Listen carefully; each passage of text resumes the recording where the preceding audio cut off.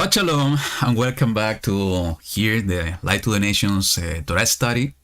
It's a blessing to be once again with you all, sharing this time, this time on Shabbat, studying the word of YaHuWaH. And I can see that you have been enjoying the time in the chat. You know, some of you started very early actually, Yeah. and we were just reading the chat before the broadcast. And it's so good to have to see the interaction between all of you, that you are enjoying the time, enjoying Shabbat, and showing the love we feel for one another that is coming from YaHuWaH. So that's the way we need to interact between us, and we need to pray for us, for each one of us. We need to love each one of us. You know, that's the hallmark, if I can put it like that, of the Mashiach. followers of Mashiach, Yeah, is that we need to love one another. Yeah, he said that we are going to be recognized because of that.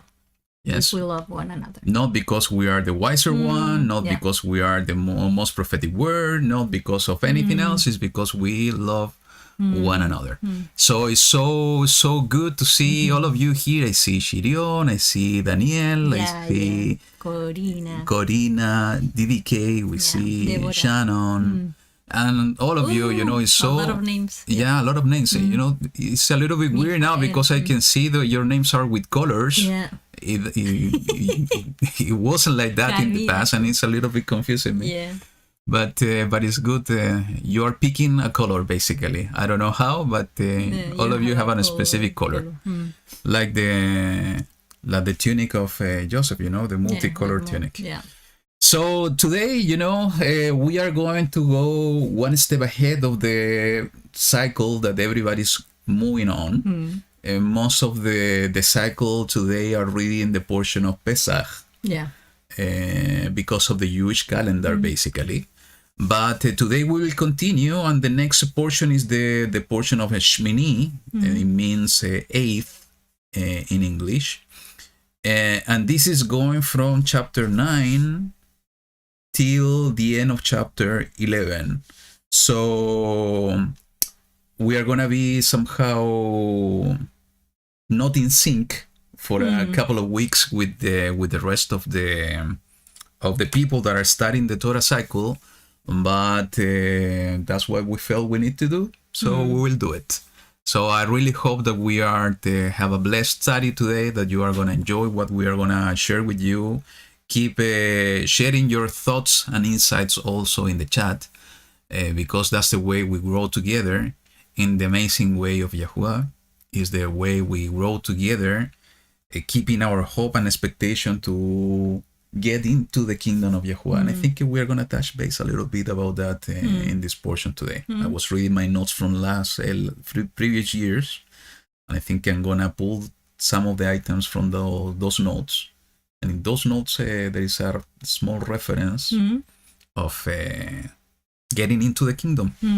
So we are going to talk about that as well. So let's continue, and you know, let's share that song with you. We were listening to this one this morning, and somehow it's connected to the kingdom as well. So let me share this one with you. So here we go.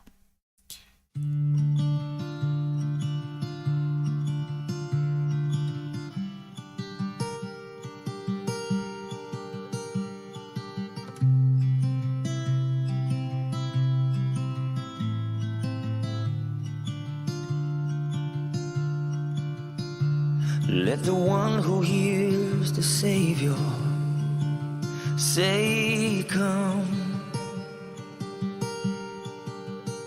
And let the one who is thirsty come.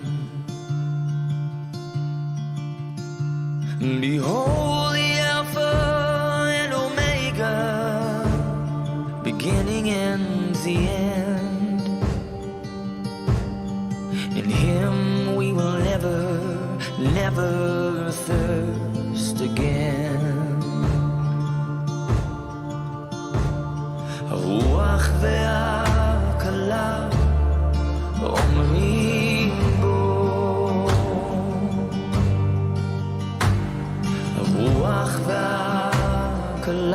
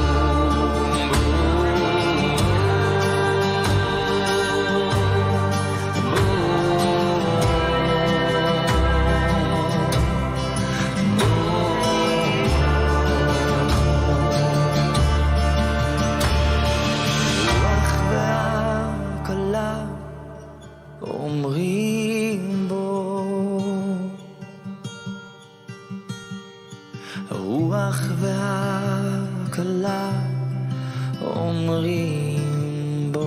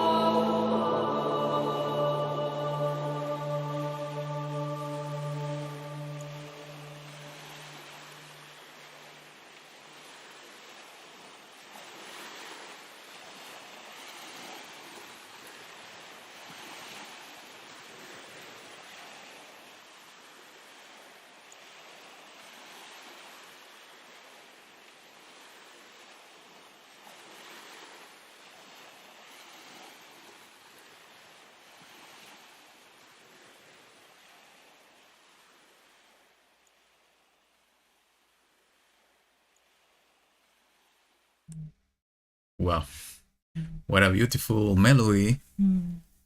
And I can tell you by experience, you We're just made blessed with the comment that we can stay in that place the entire day. Mm. And yeah, we had the blessing to be there in that sea for a few times. And the shalom you can feel when you are on those waters is something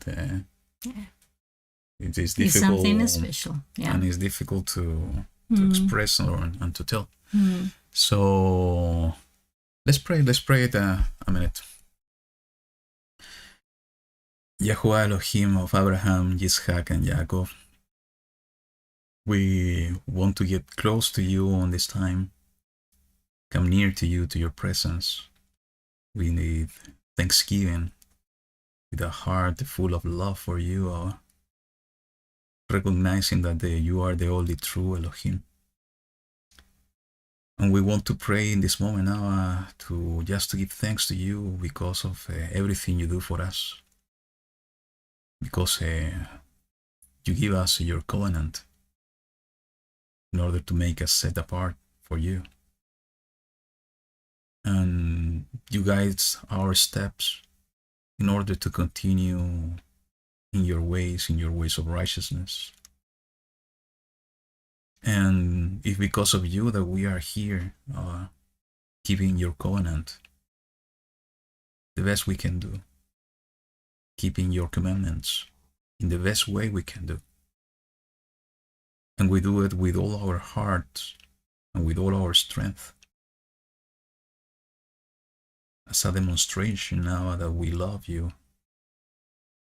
just to show to you, Abba, that we love you. And in this time, in this Shabbat, we want to invite you once again that you can be among us, among your people, among your children.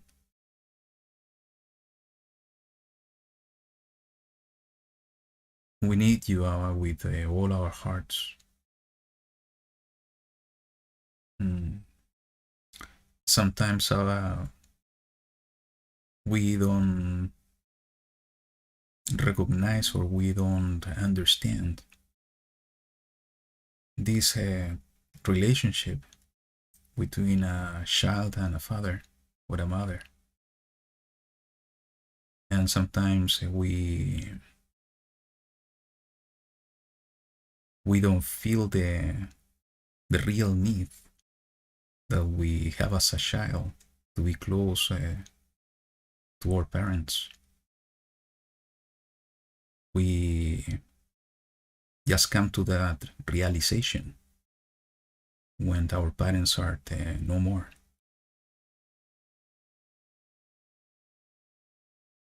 And sometimes it's too late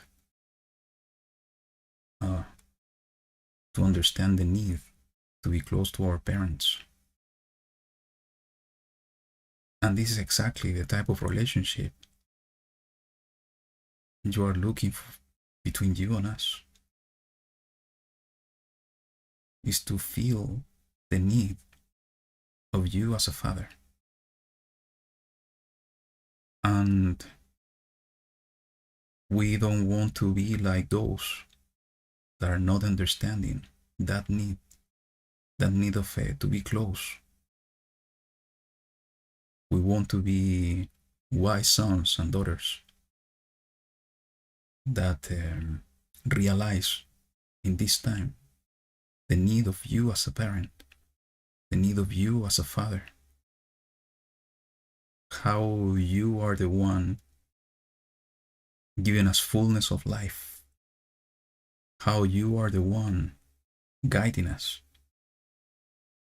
And in this time, we want to be that type of sons and daughters that are seeking your face, seeking to be close to you, seeking to be guided by you, seeking to be instructed by you in order to become like you are. Guide us in these times that we can be witnesses of your kingdom, that kingdom that we are expecting to come so soon by the hand of your Son YaHuWaH, that we can prepare the way for the return of Mashiach. And we know and we feel in our hearts that that time is coming soon. Prepare us for the time in order to be found by you as worthy to be part of your kingdom. Guide us in the study today. I ask you that you can guide us through your Ruach in everything we do and everything we say. That you are the one teaching us through your Ruach HaKodesh. That you can teach us directly to each one of us in our hearts, in our own Ruach, the Ruach, the Spirit that you have put within us, in order to continue walking in your truth until the final destination that is your kingdom here on earth.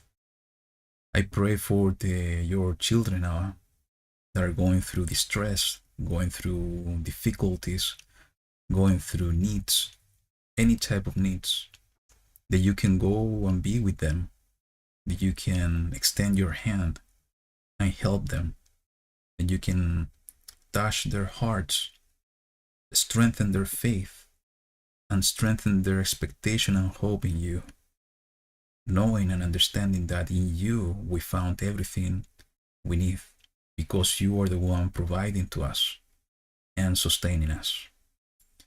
We ask for our daily bread in this time, but the real bread, the spiritual bread that is coming from your word. Abba, we pray to you in this moment with all our heart, and we do it in the name of your Son, YaHuWaH HaMashiach. Amen. Amen.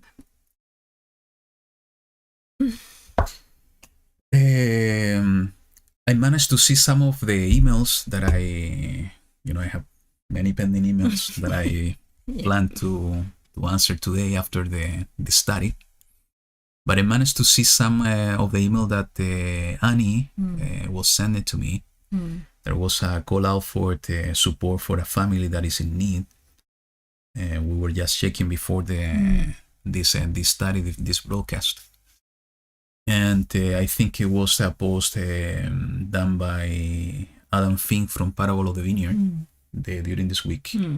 So, Annie, if you want to put the comments in the chat, feel free to do it, because I think it's important that in this time that we see that the world is going through madness, that because of standing firm on what we believe and what we think and what we expect, sometimes it's causing uncertainties, and it's causing the distress that we were not foreseeing before. Is that we as a family, we need to start supporting each other. And specifically, this family is in need. Actually, what we were checking is... he lost his work because he refused to go with the health instruction and requirements. So, and they are in everything is going to multiple changes, right? Yeah, because they have a lot of problems about that, because they have to move. They have a problem, and they are now paying a rent that he doesn't manage how to get that money for the rent. And he has to, now he is getting another job, but it's not paying enough. And is to and he said that it was only going to the grocery store was like how much distance, I don't remember. But it's a long distance. But it's a long distance, and he has even an injury on his Achilles heel. I don't know how to call it. Yeah. So and they have a problem as a family. Her wife has a disability, so they're kind of worried, especially now. And they moved to live from Oregon, I think, to the place where all the people are living in that area of, I don't know where it is specifically, but near to Adam. But maybe Annie can help us with some of the details. Yeah. The point here is that we need to, they are in need, and we have any means to help them. We need to do it. This is the way that we are supporting each other as a family, and the times is coming faster than we expect or than we thought. And it's the time that we have in our hands to support and support others. We need to do it. The least we can do is to pray. Is to pray for them, and this is something we have to do. But I think it was YaHuWaH in his book, the book of James, when he says that if we see somebody in need, and we tell them, go, YaHuWaH Elohim will be with you, YaHuWaH bless you, and we pray for them, but we don't do nothing to help them, and it's in our hands to do something physically to do it, it's not good, it's wrong. So I think if we have the means on how to help our mishpacha, and this is an example of a family in need. It could be many others. Yeah, and sometimes it could be a contact, maybe to help him to find a better job. I don't know, or I don't know. There is a lot of ways to help. Yes. So if we know it could be this family, it could be any other one, is that we need to show our love, is to support one another. So, and I managed to see the comment from Shannon as well in the chat about her son. And yes, we need to continue praying for those going in there. Yeah. I think the times that we are living are so full of uncertainty, so many things happening, is that we need to hold so fast from the hand of Allah and we need to pray for those that are in the front line. And it could be the front line in the military, but in the front line in many other aspects.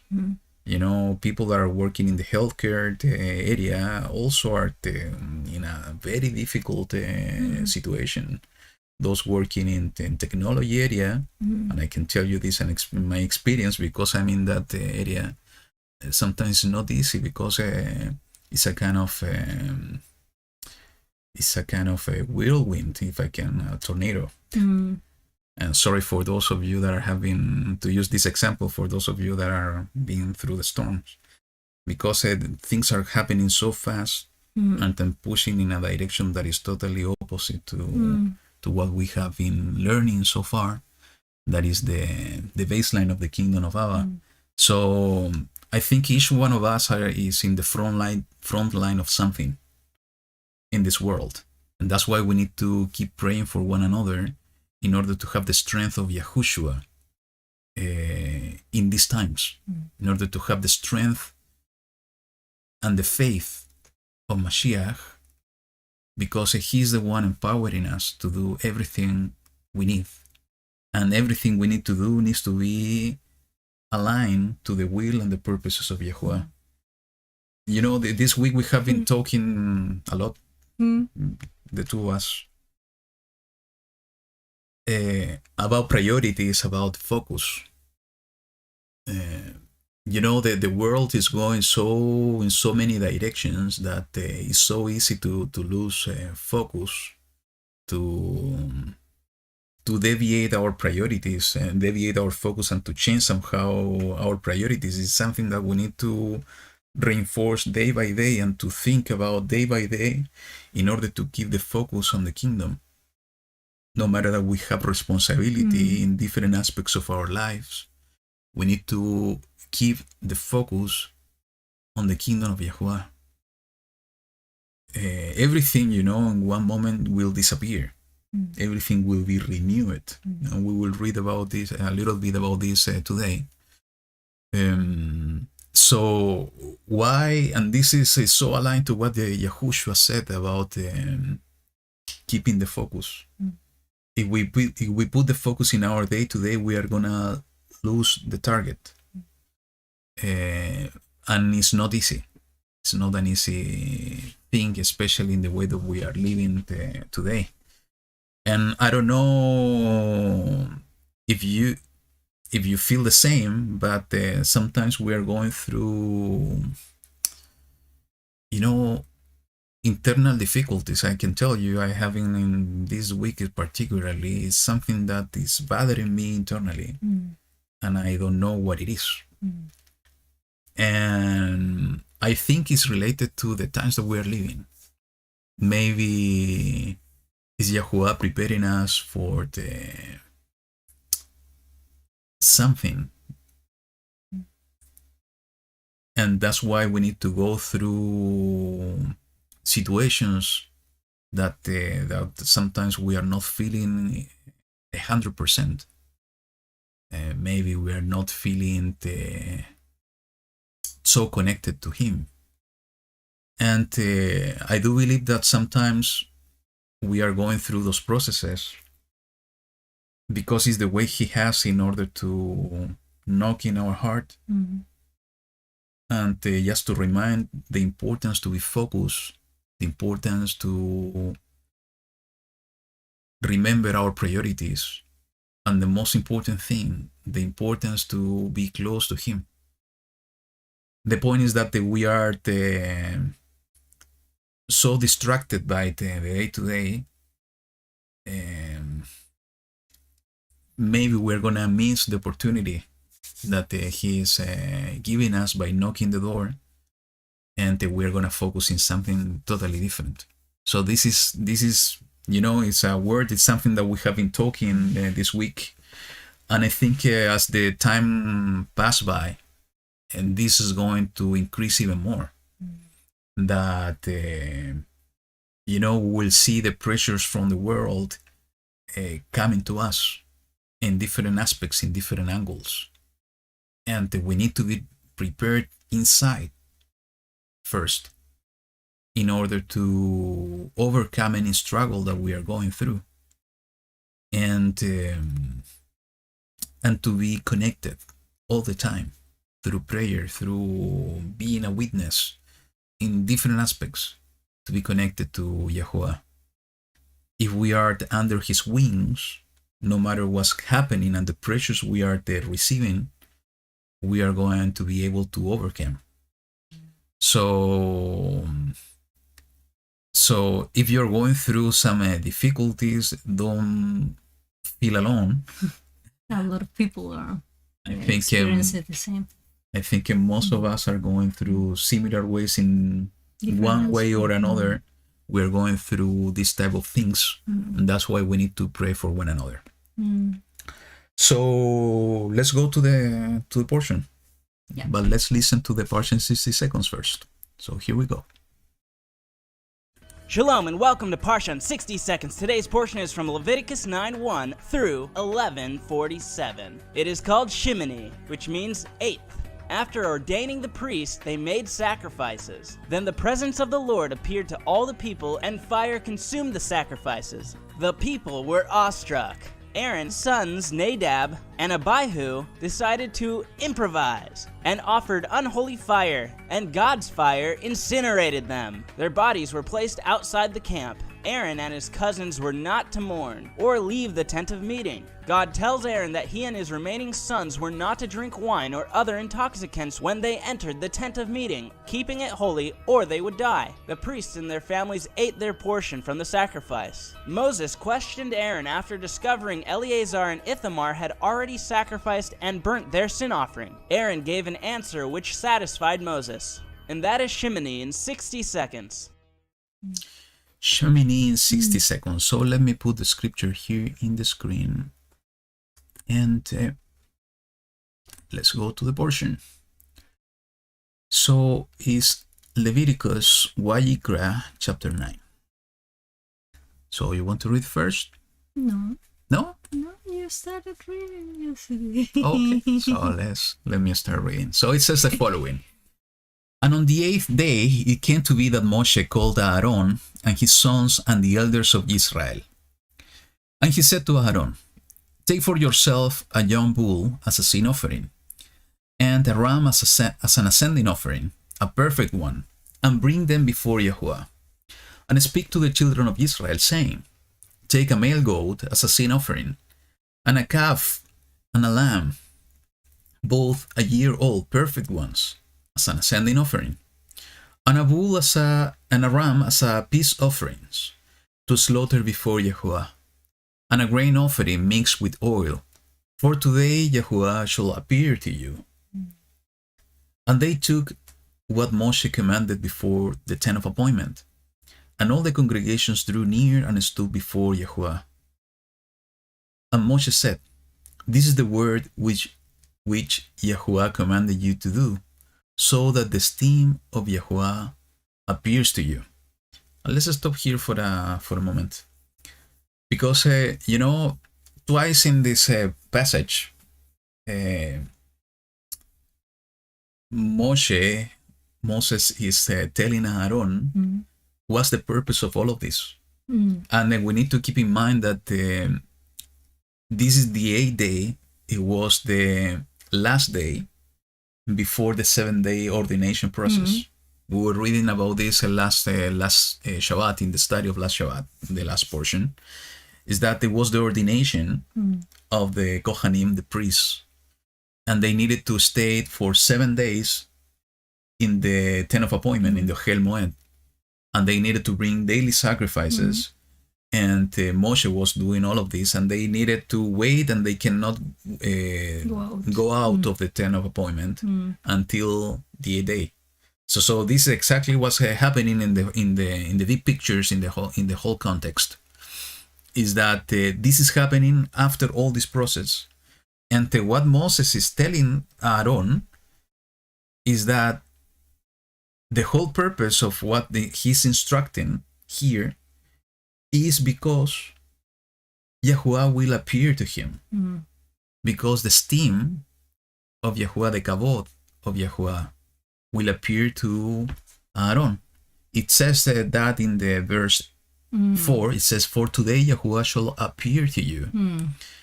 And he's repeating the same in the verse 6, saying, you have to do all of this so that the steam of YaHuWaH appears to you. So I'm wondering, because they're talking about ascending offerings, they're talking about sin offerings that needs to be slaughtered, and also peace offerings. Here is ascending offering, sin offering, and peace offering. Those are the three things that they needed to do. And also the grain offering. It's 4 offerings. Yeah, and the peace offering and the rest of the offering is for the children of Israel as a group. Exactly. And for Aaron is the sin offering and the sending offering. So they needed to do all of this in order to be prepared somehow, in order to be able to see the presence of YaHuWaH and to see YaHuWaH himself. It's like they're going to have like another Sinai moment, but there. Something like that. Something like that, yes, because it was in Sinai, is that the YaHuWaH appeared to all of them. When they were so afraid that they said, we don't want to continue seeing this presence and hearing all these loud voices and shofar, because we're going to die. This is what they said. So they are somehow repeating the same experience. But the thinking in our own experience, and just trying to do a parallel here. Maybe in order to receive the presence of YaHuWaH and to receive the manifestation, and we will see in the last verses of this chapter, of the Ruach of Elohim, we need to follow a certain process. Like being set apart for a period and making all that offerings. The sin offering, recognizing the sin. Then the ascending offering, something that we want to give to Abba. And the peace offering to amend our way with Him. So, yeah, exactly. I don't know how to correlate those offerings, and maybe this is something that we should do. But the most important point that I wanted to make is that we need to do something. It's up to us somehow. It's as it was up to them to follow an instruction in order to have this amazing blessing, to repeat the experience, to see the steam of YaHuWaH, is to see the Elohim of Israel appearing in front of them. They needed to do something, following the instruction. So it's up to us. Maybe we need to... The offerings is our prayers. The offering, we are a living sacrifice. Is what we do, what we think, how we act.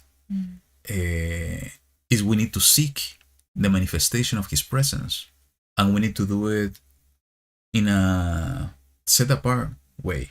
We need to do it in a clean status. And I was remembering this morning that few encounters that I have experienced with YaHuWaH, and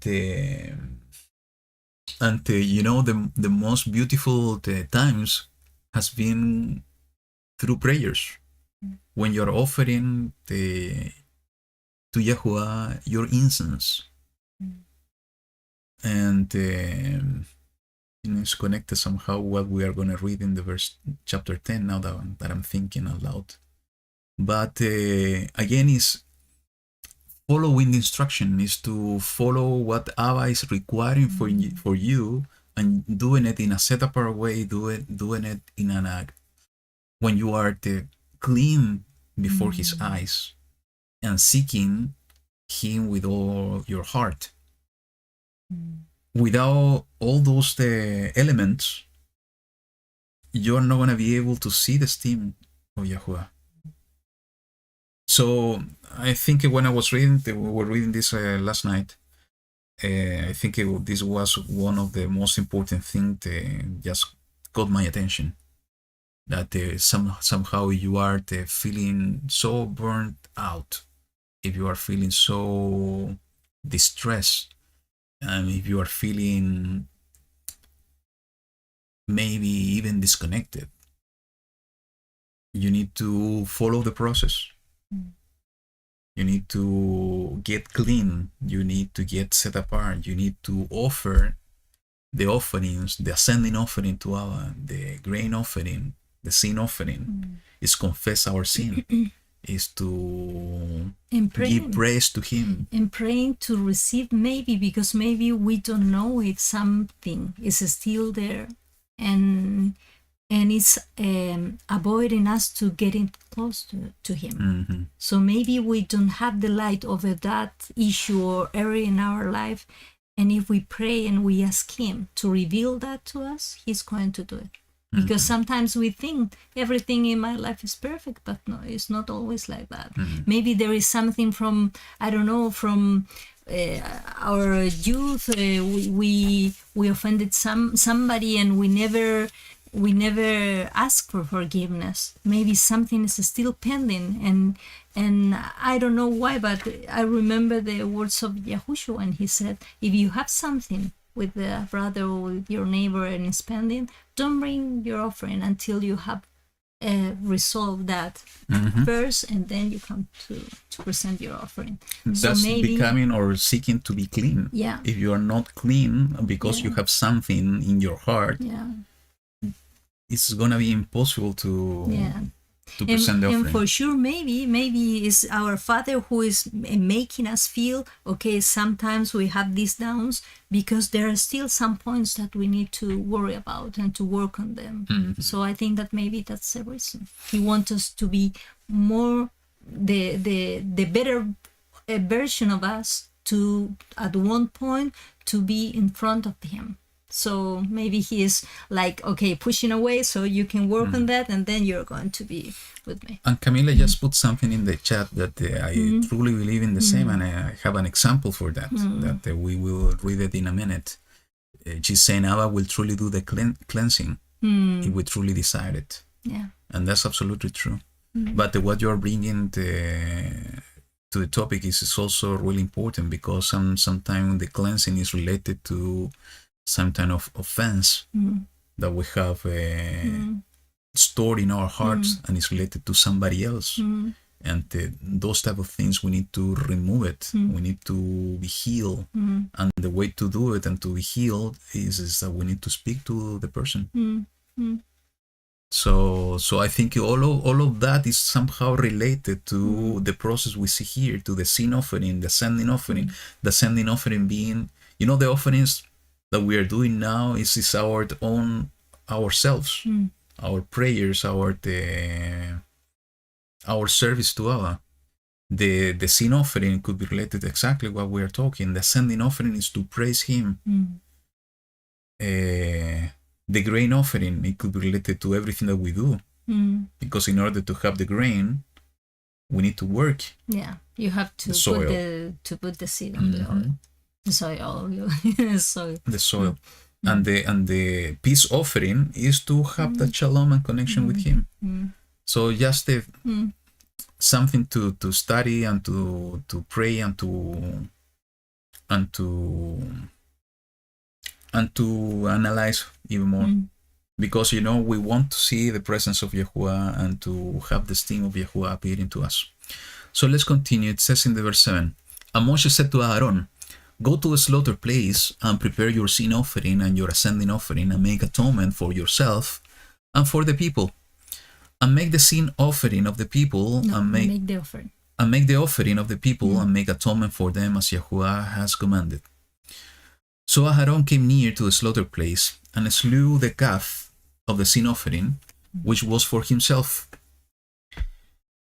And the sons of Aaron brought the blood to him, and he dipped his finger in the blood and put it on the horns of the slaughter place, and poured the blood at the base of the slaughter place.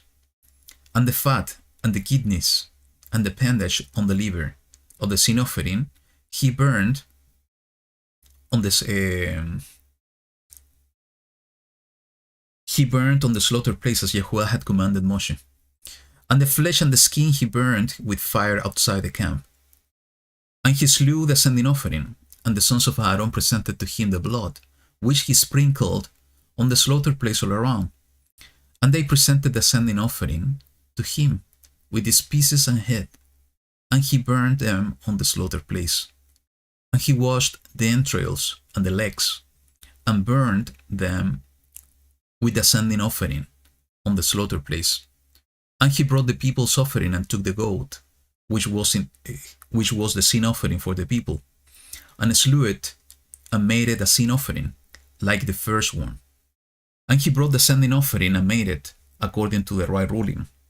He also brought the ascending offering and made it, and he also brought the grain offering and filled his hand with it, and burned it on the slaughter place beside the ascending offering of the morning.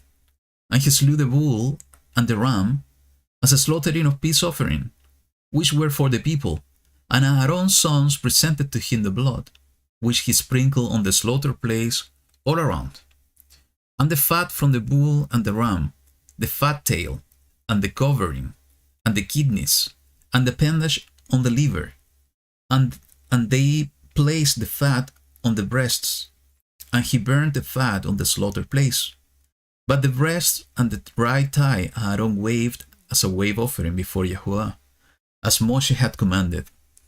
And Aaron then lifted up his hand toward the people, and blessed them, and came down from making the sin offering, and the sending offering, and the peace offering.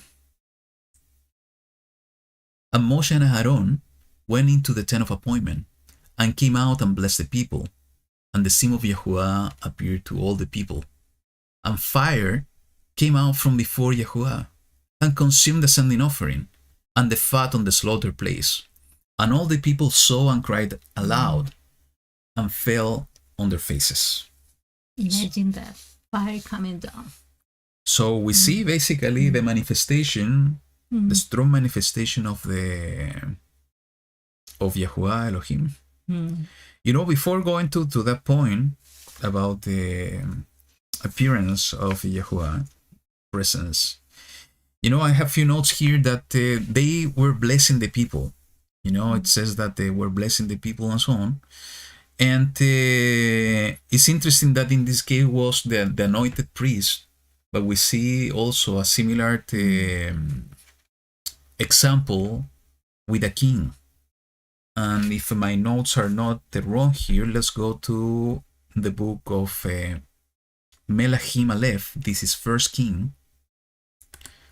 And let's go to chapter 8, verse 54 to 61.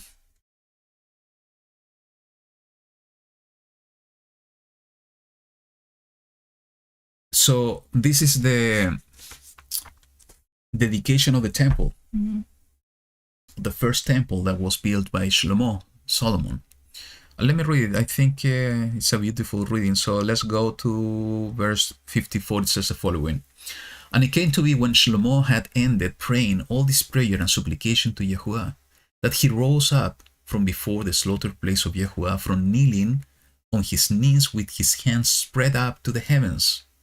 And he stood and blessed all the assembly of Israel with a loud voice, saying, Blessed be YaHuWaH, who has given rest to his people Israel, according to all that he promised. There has not failed one word of all his good word, which he promised through his servant Moshe. YaHuWaH our Elohim is with us, as he was with our fathers. He does not leave us nor forsake us, to incline our hearts to himself, to walk in all his ways, and to guard his commands and his laws and his right rulings, which he commanded our fathers. And let these words of mine, with which I have made supplication before YaHuWaH, be near YaHuWaH our Elohim day and night, to maintain the cause of his servant and the cause of his people Israel, the matter of each day in its day, so that all the peoples of the earth might know that YaHuWaH is Elohim, there is no one else. Let your heart, therefore, be perfect to YaHuWaH our Elohim, to walk in his laws and guard his commands as at this day. So we see, you know, it's a kind of parallel. is the ordination of the Kohanim was totally connected to the dedication of the tabernacle, the Mishkan, the Ohel Moed, the Tent of Meetings. And in this case, is the dedication of the first temple. That was somehow the replacement of the final structure, the replacement of the tabernacle. And we see exactly the same process, the dedication and then the blessing of the people. With the difference is that in the first one was the Kohen Gadol with Moshe, Aaron, and in this case was the Melech. But there are a common theme between the two of them, is that the high priest, the Kohen Gadol, and the king, the Melech, both of them are anointed, are being considered anointed by YaHuWaH. Those are the pictures of Mashiach. Mashiach, we know that the Messiah, that's the meaning of the word, is the anointed one. And I think, we see that picture also in the Yahushua. He was praying for the disciples. Yeah. Was blessing the disciples, as is written in the book of John, chapter 17. So, I don't know, just a small insight that we see the parallel here, even in this portion, about the Mashiach himself blessing the people. So, let's talk about the fire. So when the fire came, was in the 8th day. And what are the connections to the 8th day? There are many connections. To the millennium? Yes. And there is, this portion is being called Shmini because that's the way it's starting. It's the 8th day. And we have a day of part of one feast that is called Shmini as well. Shmini Atzeret. Do you remember which one? No. No? No. Sukkot. Oh, you're right. Yeah. Sukkot is a 7-day feast. 7 day and the 8th. And there is an additional, is the 8th day, that is called Shmini Atzeret. Yeah. And it's being called the last great day. The last great day. And actually it is interesting because, if we compare Sukkot to Chag HaMatzot, the unleavened bread. Unleavened bread is 7 days feast too, and is the first day. And the 7th. Black screen. Ooh. Thank you. Something happened with the camera. Well.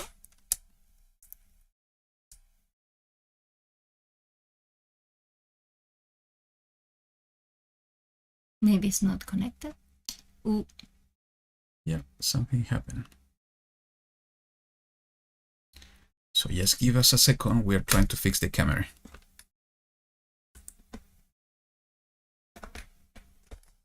Yeah. Should I turn it on and off? Yeah, I can turn it.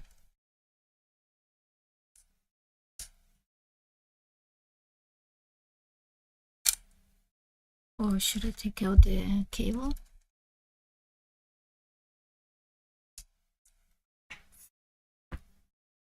Just bear with us a minute. We are trying to fix the issue with the camera, okay?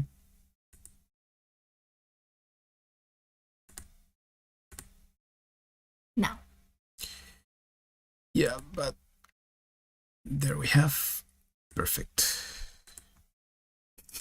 Now we are giants. Yeah. Just give me a second. We are fixing this thing.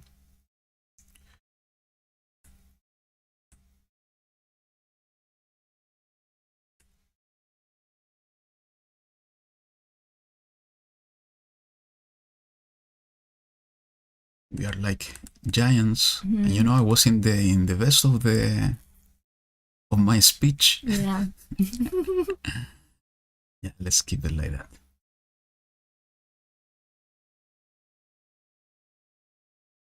Okay, so there we go again. Okay. Good. Now. So, where we were? Comparing the two feasts. Okay, so unleavened bread is a 7 days feast, and it's the first day and the 7th day is when we have a Mikra Kodesh, it's a set apart gathering. But in case of Sukkot, we have the first day and the 8th day when we have the set apart gathering. Instead of being the 7th day, it's the 8th day. And what's the whole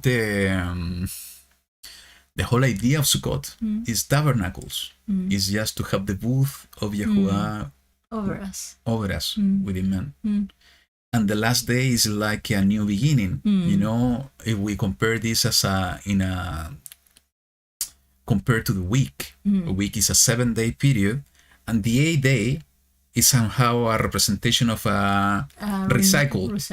It's restarting the cycle. It's a new cycle. Is the 8 days is basically, if we compare this to a week, is like starting all over again.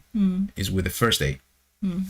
So, and actually this is interesting as well for the Jubilees, because the Jubilees, the 50th day, is also the first day of the new Shemitah, the new year of release. So, the 8th great day. And this is a representation of Sukkot, this representation of the kingdom. You know, it is well known for many years that somehow, prophetically speaking, that the 7 days creation week is a representation of the 7,000 years. And we know Shabbat, and we have been talking about this, is the representation of the millennial kingdom of Yahushua here on earth. What it means is that the following day, the 8th day, is a new cycle. It's a renewal of all things. And I do believe that this is exactly what we are seeing here. And how this is connected to the portion in my eyes is that is the tabernacle being erected and the presence of YaHuWaH appearing in this new day, in the 8th day. And if we see some connections, basically, if we go to the book of Hasson, Revelation, we see exactly this happening. And let's go here to the book of Revelation. Let's go to chapter 20th first. Let's read the verse 7 to 9. It says, and when the 1,000 years have ended, so we know that this is the end of the 7th day in a millennium view, okay? When the 1,000 years have ended, Satan shall be released from his prison, and he shall go out to lead the nations astray, which are in the four corners of the earth, Gog and Magog, to gather them together for battle, whose number is as the sand of the sea. And they came up over the breadth of the earth, and surrounded the camp of the set-apart ones, and the beloved city. And fire came down from Elohim, out of the heavens, and consumed them. So it's also a connection with the fire that's coming from YaHuWaH, and in this case is consuming, and this is something that we were talking yesterday about the fire as well. So, and it says, and the devil who led them astray was thrown into the lake of fire, and sulfur where the beast and the false prophet are, and they shall be tortured day and night forever and ever. So is the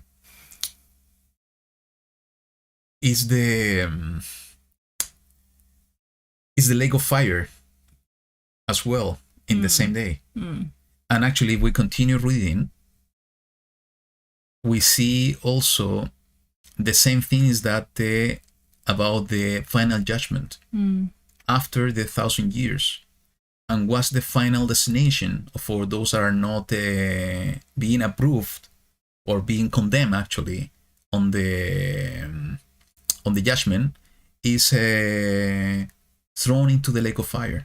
So it's destruction, it's being consumed. So somehow it's the manifestation of fire. And last week we were talking about the fire as well in different manifestation. So, and we know that after this, what we see in the book of Revelation, and just reading the next chapter, verse 1 to 3, it says, and I saw a renewed heaven and a renewed earth, for the former heaven and the former earth had passed away, and the sea is no more. And I, Yehohanan, John, saw the set-apart city, renewed Jerusalem, coming down out of the heaven from Elohim, prepared as a bride adorned for her husband. And I heard a loud voice from the heaven saying, See, the booth of Elohim is with men, and he shall dwell with them as they shall be his people, and Elohim himself shall be with them and be their Elohim. So after this 7th day, we see destruction with fire, through fire. And then a renewed heaven. And after that, we see the booth of Elohim in the same way of the parallel we were talking about Sukkot in the last great day. And now, when we see this renewed heaven and renewed earth, Kepha, Peter was talking about this. And this is in the second letter. Let's go to the chapter 3, verse 7 and 8. It says, And the present heavens and the earth are treasured up by the same word, being kept for fire, to a day of judgment and destruction of the wicked men. And we see that destruction is coming at the end of the 7th day. We know that there are so many destruction coming as part of the day of YaHuWaH, and I do believe that the day of YaHuWaH is starting at the beginning, or just at the very beginning, at the dawn of the 7th day millennium day, when there is the return of Mashiach with the wrath of YaHuWaH being poured down. But it's finalizing at the end of the 7th day with fire, as we were reading here. So it's exactly what Kepha is talking about here, is the destruction of the wicked men by fire. But beloved one, let not this one matter be hidden from you, that with YaHuWaH 1 day is as 1,000 years, and 1,000 years as 1 day. Is exactly as he's describing. So the renewed, and actually I think he's talking about the renewed here. But according to his promise, he waits for a renewed heavens and a renewed earth in which righteousness dwells. So after the destruction, and it says here, let me read. Seeing all these are to be destroyed in this way, what kind of people ought you to be in set-apart behavior and reverence? Looking for and hastening the coming of the day of Elohim, through which the heavens shall be destroyed, being set on fire, and the elements melt with intense heat. So the destruction of the elements, the destruction of the heavens as we know it now, the destruction of the earth with fire, with what purpose? To renew them. Is the restart of the cycle. Is the reset, not the great reset. Is the greatest reset, actually, of the cycle, with everything being renewed. So I see that connection with the portion. Is the 8th day fire, the manifestation of the fire of YaHuWaH, the steam of YaHuWaH, is he being among his people, as we see here the happening as part of the restoration plan of everything. What else we have about the fire? It's exactly as you said, and I think it is written in the chapter in Exodus, in the manifestation of Do you want me to put it here? Yeah, you can look it, put it there. So in the chapter 19, verse 18,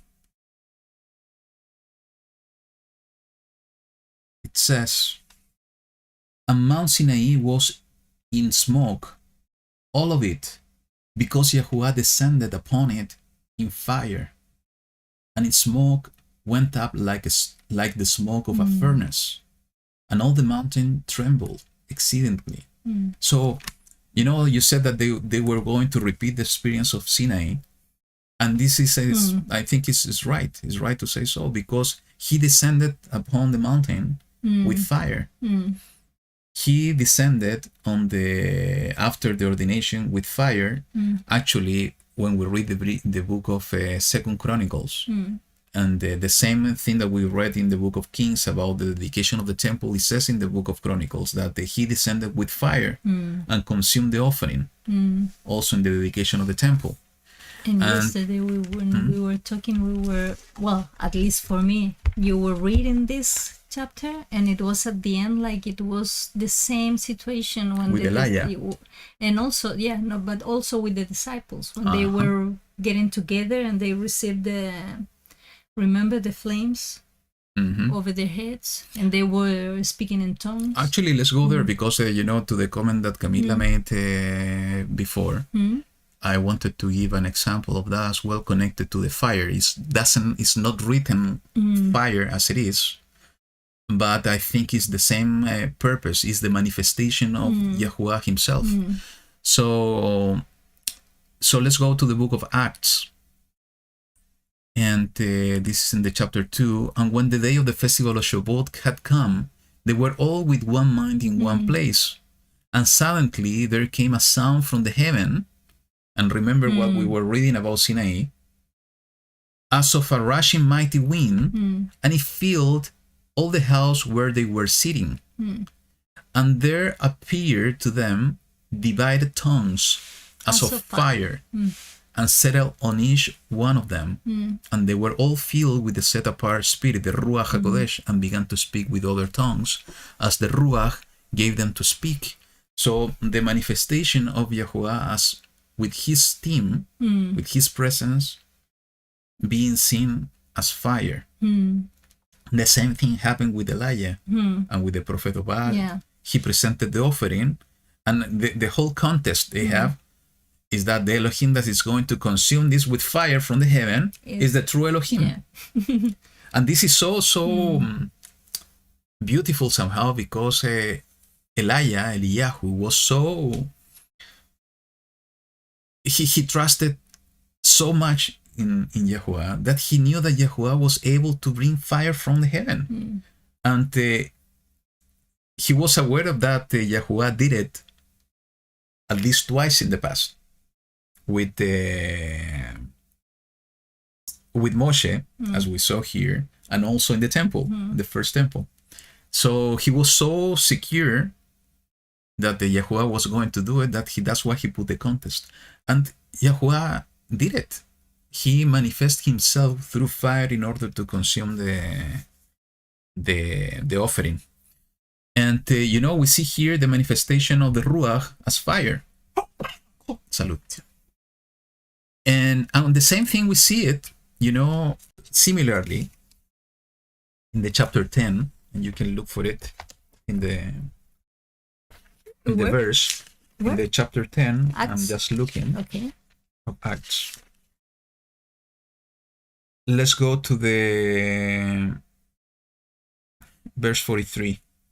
So, and this we see is the connection or the meeting between Kepha, Peter, and Cornelius and his family. We know the story behind all of this. And we get to this point that the Kepha is talking and sharing the good news with Cornelius. And he said the following: to this one all the prophets bear witness that through his name everyone believing in him does receive forgiveness of sins.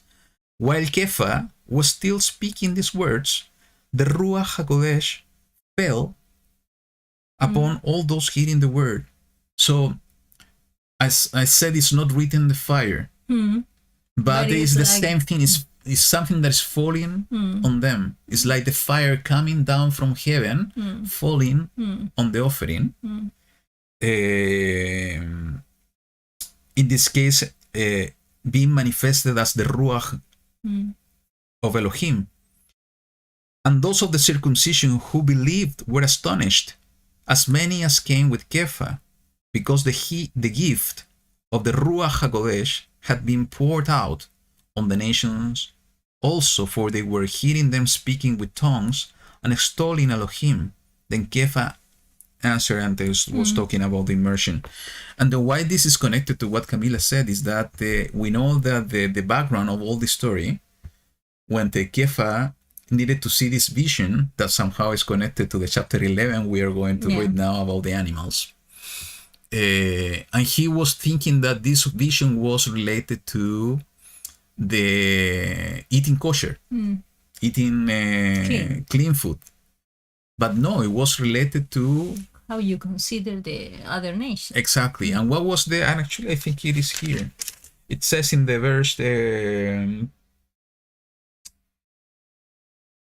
It is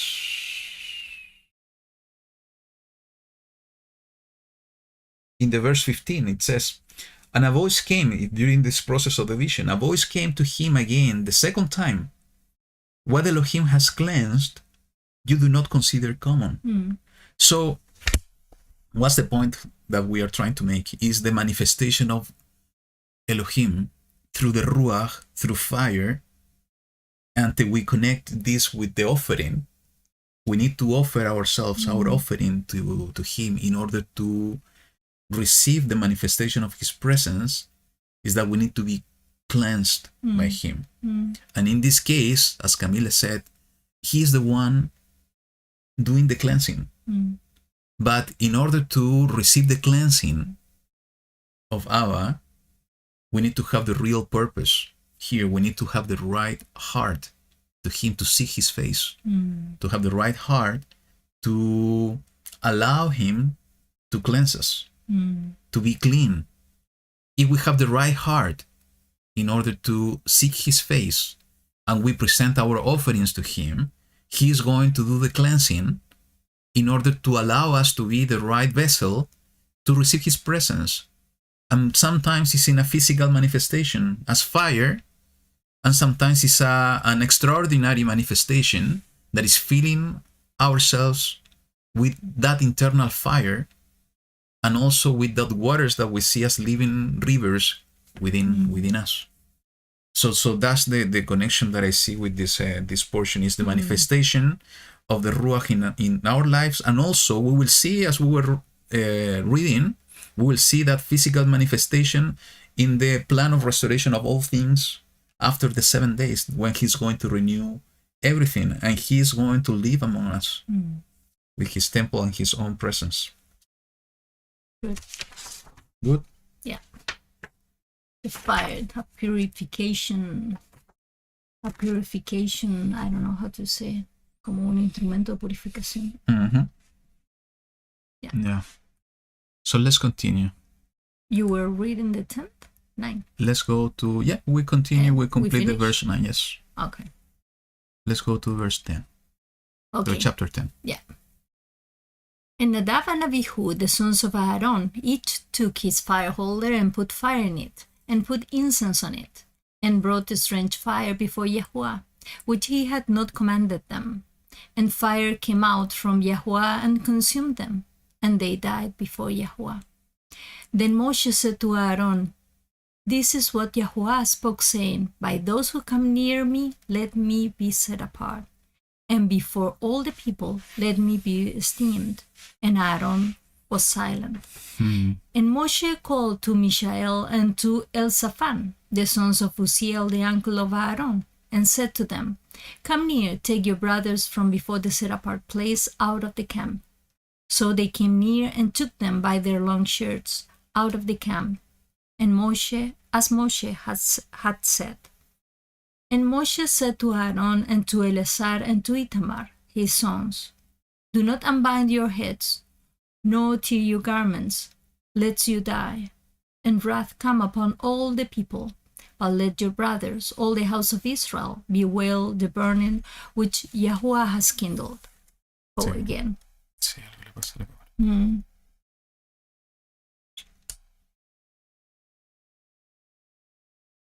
And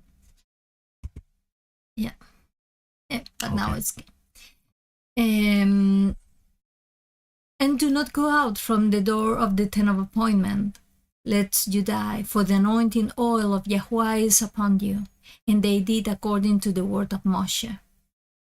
Do you want to share something about what we read at the beginning, or not, or just at the end and then we share? It's up to you. You are reading this chapter. Well, at least for me, what it was interesting, it was when it says about the strange fire that they brought. A lot of time we have discussed about this, what is the meaning, because a lot of people have said that maybe they bring fire mixed with something that is not authorized, or they bring fire from some other place. And when I read this,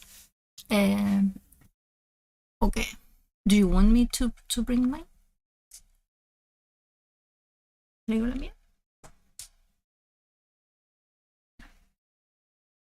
¿Trigo la miel? No, continue. So when I read this, I always thought that maybe because it says that even Aharon was silent with everything what had happened, and I think that maybe it's because Aaron maybe was not doing what was his duty, and then the sons, they wanted to do it and take it advantage that it was not being done by the father, and they did it. And that's why YaHuWaH says, by those who come near me, let me be set apart. So I think that they were not the supposed people who has to do this part of the service. And that's why YaHuWaH was mad with them, and he consumed them. And I think that is because everybody has a mission in this earth, especially when he orders some people to do something, and that is his call, his duty. And if somebody else wants to do that person's task without being asked, even though we have good intention, is not the proper way that we should behave. And YaHuWaH has shown that also, that in the past with some other people or some other stories. So I think that for me at least, that is the strange fire, that they were not the ones supposed to bring that fire. And why they wanted to do that? We heard about something. Actually, let's share it because I think it it's was interesting, and we never thought about that. Yeah, something is going wrong with our camera that is turning off time to time. Yeah. So be patient with us. Yeah. So, or maybe we don't need to be in the we only, if it's turning off, maybe we only need to read. They're listening anyway. So today we're... Let's see if it's staying longer now. So... Okay, so yes, we saw few things that, and actually I have something, a surprise for you.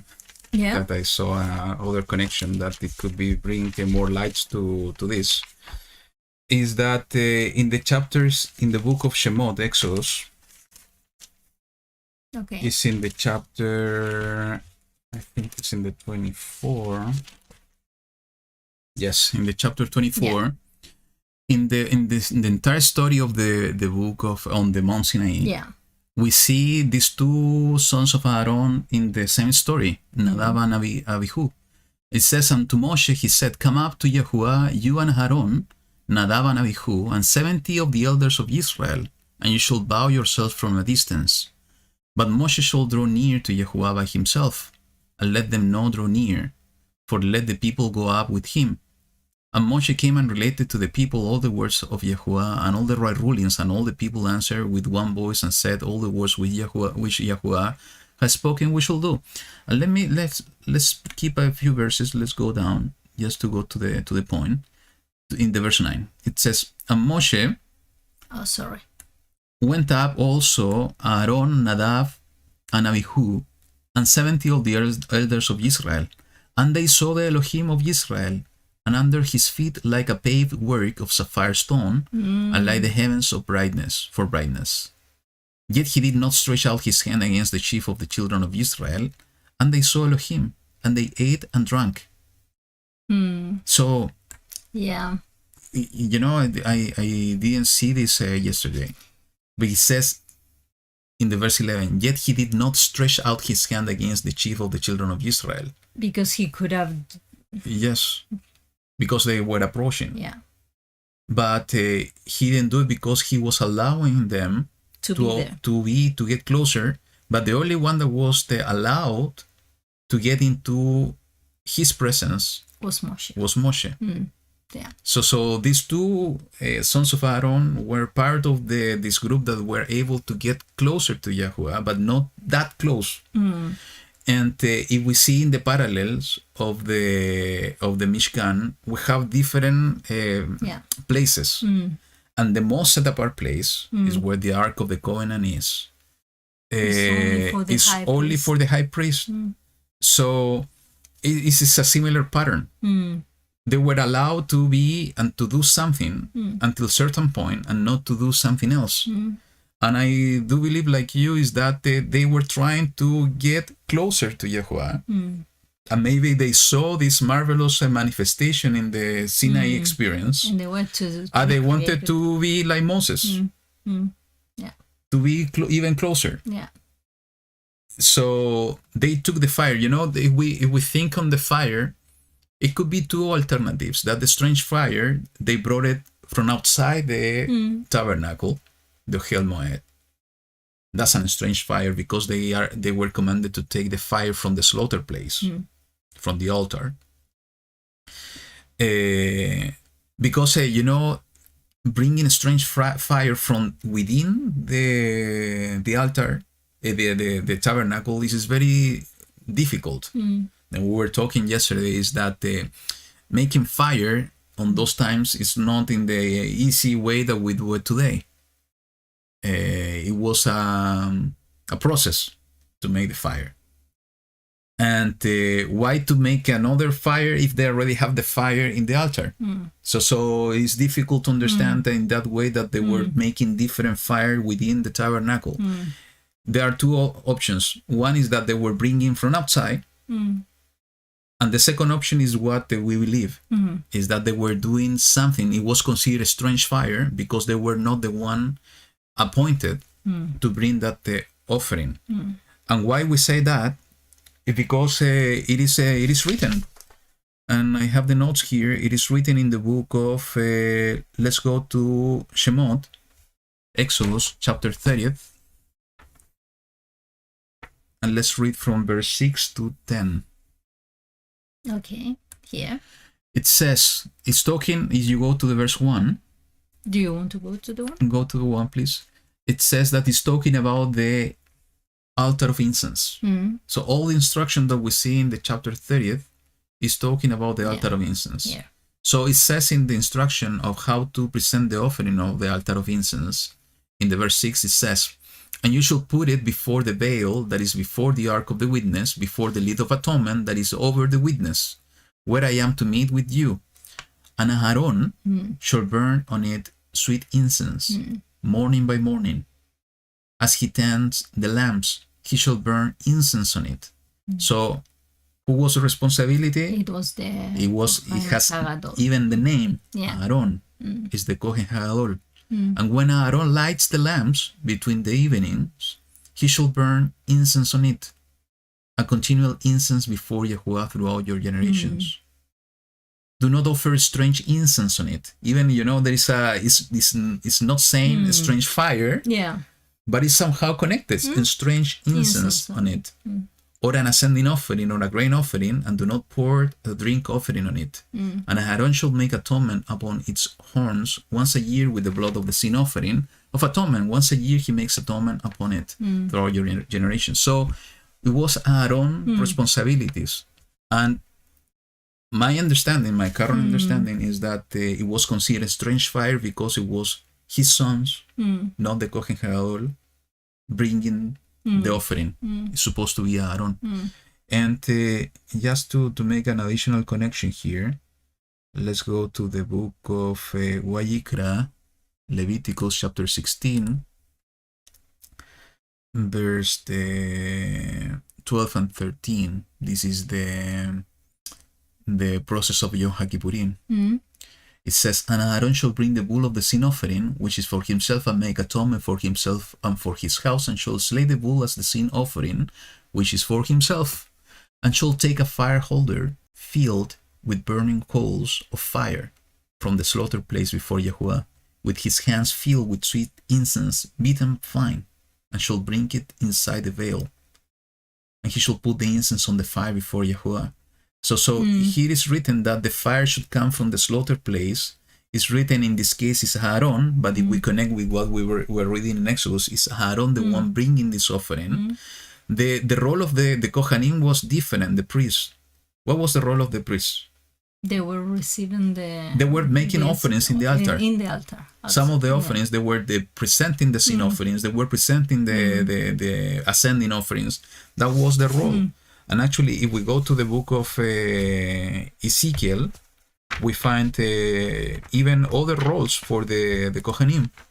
And this also speaking to us, what is our role as priests. In the chapter 44,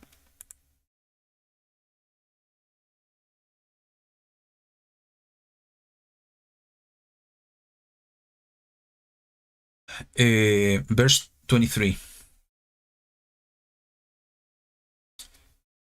It says, and they are to teach my people the difference between the set apart and the profane. They needed to teach, to guide, and make them know what is unclean and clean.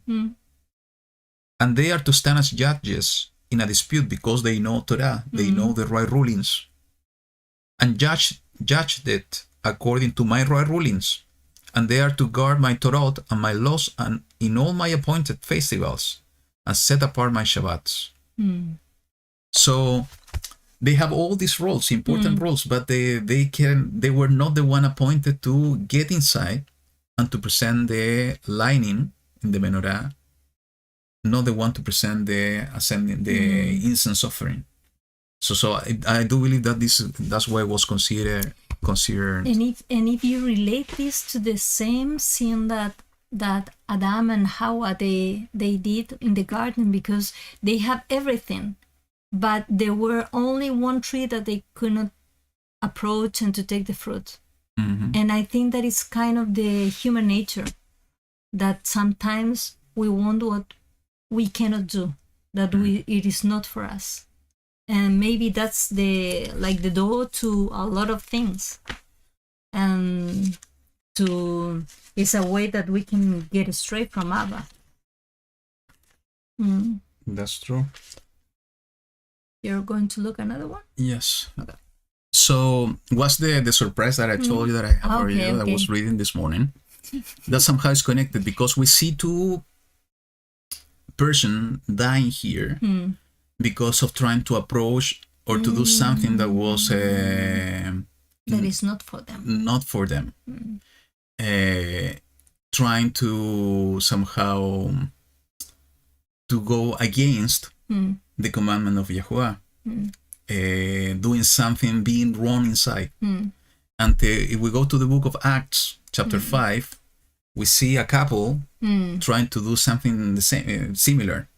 And just when I'm reading, just see the parallel of what's happening. Okay, it says the following: but a certain man named Hananiah, with the Sapphira, his wife, sold a possession, and he kept back from the price. His wife also being aware of it, and brought a certain part and laid it at the feet of the emissaries. But Kepha said, Hananiah, why will Satan fill your heart to lie to the Ruach HaKodesh and keep back from the price of the land for yourself? Well, here we go again.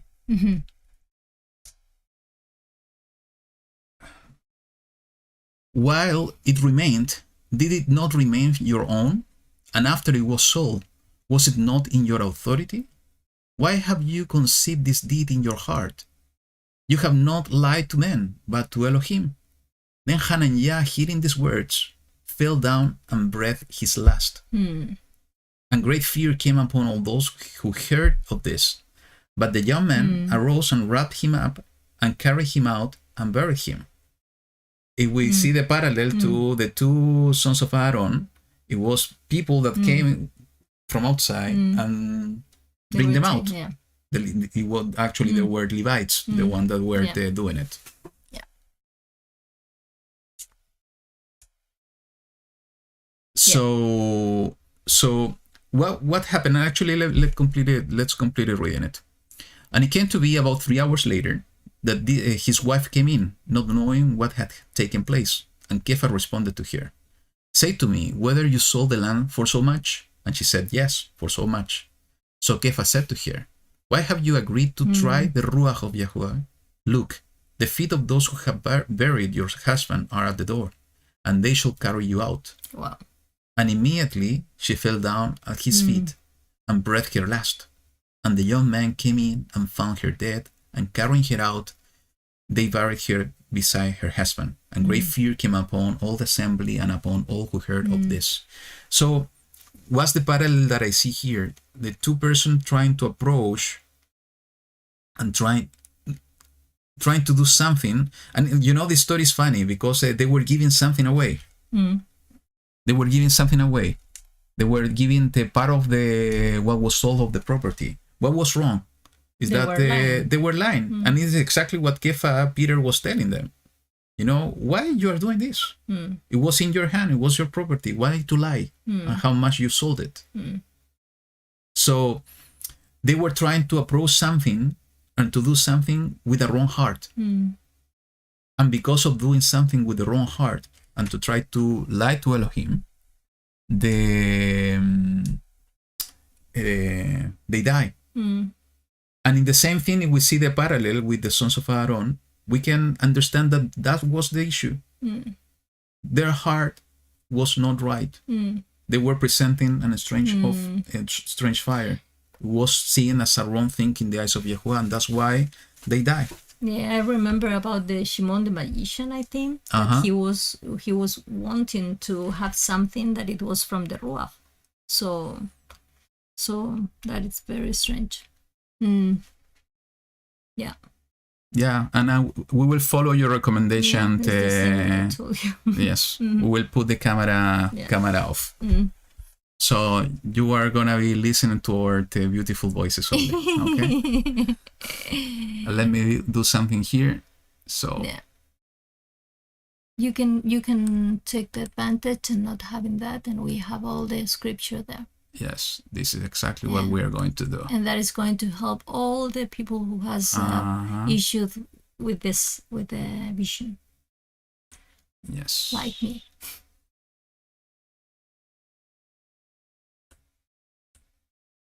Just accommodating this. Now that the camera doesn't want to work.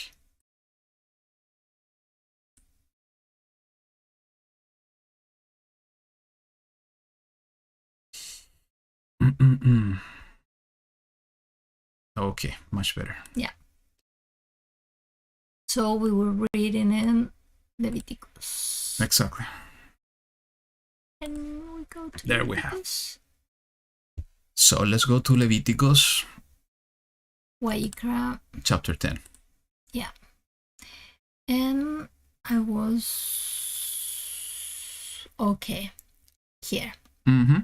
Verse 8. And I think that Aaron, that's why he was keeping silent, because he knew or he forgot to do it, and then it gave the opportunity to the sons of doing it in his place. You know what?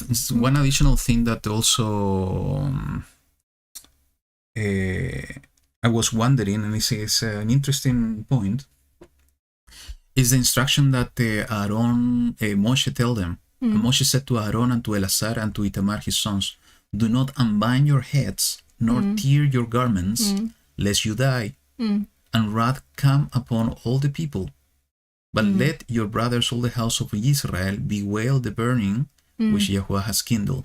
And why, for me, this is an interesting point, because there were only few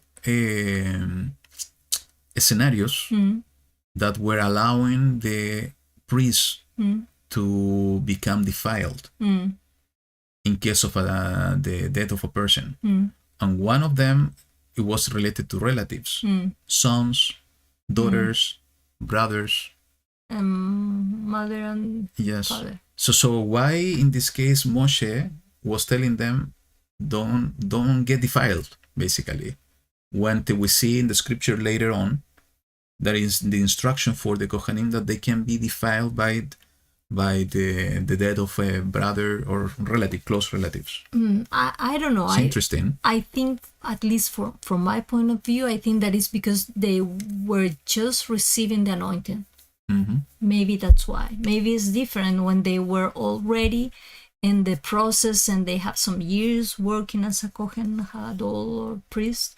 Maybe the situation is different, but this is like in the first day. So it's like you fail in the first day. So if you do this, the message that we are going to give to the rest. It could be, and to get defiled just immediately after the ordination. Yeah. This is maybe that could be the answer. So let's move on.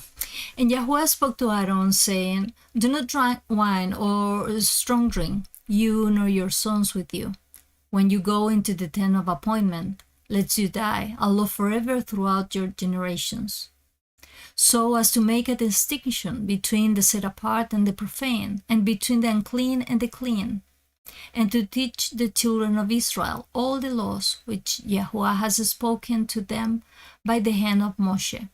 And I think that is very interesting, because he is requesting, he is needing the high priest and the priest to be in their full capacity, 100%. They cannot be influenced by anything. They cannot be distracted by anything else. They have their purpose. They have to be focused. And Moshe spoke to Aaron and to Eleazar and Itamar, his sons, who were left. "Take the grain offering that is left from the offerings made by fire to YaHuWaH and eat it without leaven, beside the slaughter place, for it is most set apart. And you shall eat it in a set apart place, because it is yours by law and your sons by law, of the offerings made by fire to YaHuWaH, for so I have been commanded. And the breast of the wave offering and the tithe of the contribution you eat in a clean place, you and your sons and your daughters with you, for they are yours by law and yours sons by law, which are given from the slaughtering of peace offerings of the children of Israel. The tithe of the contribution and the breast of the wave offering they bring with the offerings of fat made by fire, to bring as a wave offering before YaHuWaH. And it shall be yours and your sons with you, by a law forever, as YaHuWaH has commanded." And Moshe diligently looked for the goat of the sin offering, and so it was burned up. And he was wroth with Eleazar and Ithamar, the sons of Aaron, who were left, saying, "Why have you not eaten the sin offering in a set-apart place, since it is most set apart, and Elohim has given it to you to bear the crookedness of the congregation, to make atonement for them before YaHuWaH? See, its blood was not brought inside the set-apart place. You should have eaten it. You should have eaten it without fail in a set-apart place, as I have commanded." And Aaron said to Moshe, "See, today they have brought their sin offering and their ascending offerings before YaHuWaH, and matters like this have come to me. If I had eaten the sin offering today, could it have been right in the eyes of YaHuWaH?" And when Moshe heard that, it was good in their eyes, in his eyes. Good. So I can, there are few things, a few ways to see this, the sorrow that he was going through. And without being able to mourn his two sons. This is what you were bringing and telling me yesterday. How to eat. Yeah. When you feel, I don't know, a very big sorrow, when you feel that your heart is broken, at least for me, I cannot eat at all. So. And also, you told me something interesting yesterday, is that the attitude of Moshe is so concerned that everything needs to be done in the right way in the service to YaHuWaH. Yeah, that he was not thinking about that. Yes. He was not considering that. For him was more important to do things like they were commanded. And then I think what Aaron is saying here, how I'm going to partake of something that is most set apart, because the sin offering is considered the most set apart to YaHuWaH. We were reading about this last week. How I'm going to partake on this if I'm not having the right heart? And somehow this is connected to what we were saying before. In order to receive the manifestation of YaHuWaH, we need to have the right heart. So I think it is exactly what was happening. The other interpretation that for me is interesting is that they allow this to be burned, the sin offering, and the only one that is being burned, completely burned, is the Olah offering, the ascending offering. So it's like they're changing the they're purpose. changing the purpose. Yeah, of the offering. It's presenting this sin offering that they supposed to eat it. It was part of the contribution to them, because it was part of the atonement process as well. Is to let it burn as an ascending offering. Is just to a kind of demonstration, YaHuWaH, you are in charge of everything. But at the same time, I can understand the point of Moshe, because it was a sin offering. And what Nadav and Abihu did, it was a sin. A sin. So maybe the right thing to do was that they had to do it, even though it was difficult for them, it was to eat it, because it was maybe doing the right process for the sin of their brothers that they just died. And maybe that's why Moshe was so pushy with this instruction. Yeah, exactly. I don't know, maybe. One additional thing here that we didn't mention, and this is worded to say it, it's about this one. Do not drink wine or strong drink, you nor your sons with you, when you go into the tent of appointment, lest you die. Allah forever throughout your generations. I remember I talked about this in the past in one of the videos here in the channel, regarding the connection of this instruction for the Kohanim, the priests, and what Yahushua said in his last supper, in the last Pesach. When he said it is written, that he said that I'm not going to drink this anymore, or the fruit of the wine, until it's being performed in the kingdom of my Father. And I came to the understanding back then is that he was mentioning this because he was going to enter into the tent of appointment in the heaven and to fulfill his role as the high priest of the Kohen Hadol. So somehow it was part of the resurrection, it was part of the ordination somehow, is that he was not going to be able to drink because of this instruction. But he's going to do it once again as soon as he's back. So that's an amazing connection that I was able to see a few years ago. Yeah, that's nice. Anything else you have for this chapter? Well, it's something that I share with Camila. I don't know if she remembered this, but it's something that I forgot to share in the last week. It was about the animals, because we were discussing about when it has to be young animals. Remember about the sacrifices?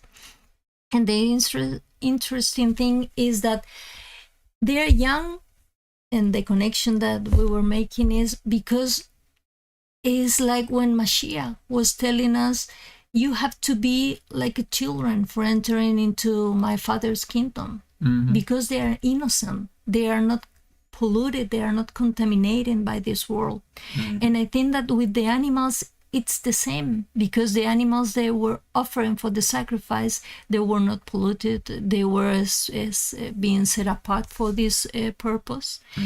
And then when we were looking, and that was what I found it most interesting. I don't know if it's something that is for real like that. Only people who work with animals, maybe they know about that. But the bull, if you consider the bull, it says that the reproductive age of the bull is after the 1 year. And the bull has to be presented, the young bull, before the 1 year. And the rest of the animals, usually the reproductive age is between the 6-7 months. And if you consider what animal maybe Yahushua HaMashiach was representing with his sacrifice, it was the young bull. And that means that he was not contaminated. He was not, he was virgin. And when it's being described, the one the 145,000, it also said that they are going to be virgins, they are going to be not contaminated. And usually we think that they are going to be and follow Mashiach wherever he goes and he instructed them to go. So I think that is something very beautiful, that picture, that animal is something special. And what they're doing taking the burden, they're helping to all the rest of the process in a field. So it's very interesting. And I just wanted to share that. Okay. Yeah. So let's go to the chapter 11. Yeah. So this is with the weird names of animals. Let's try to do it our best. Okay. Yeah. So it says, and YaHuWaH spoke to Moshe and to Aaron, saying to them, speak to the children of Israel, saying, these are the living creatures which you do eat among all the beasts that are on the earth. Whatever has split hoof completely divided, chewing the cud among the beasts, that you do eat. Only these you do not eat among those that chew the cud, or those that have a split hoof. The camel, because it chews the cud but does not have split hoof, it is unclean to you. And the rabbit, because it chews the cud but does not have split hoof, it is unclean to you. And the hare, because it chews the cud but does not have split hoof, it is unclean to you. And the pig, though it has a split hoof, completely divided, yet does not chew the cud, it is unclean to you. Their flesh you do not eat, and their carcasses you do not touch. They are unclean to you. So you were telling me about this video. Oh yeah, and I Yeah. found it very interesting because it was saying that among those animals, I haven't seen it. You Yeah. watch it? I watched it. Oh, okay. And it was I forgot the name, but it's in the alphabet place that I always. But the one from the how's the name of the alphabet? no. Ah no, this is another one. Is this Bite. that yeah, I forgot his name. Walter Walter Bite.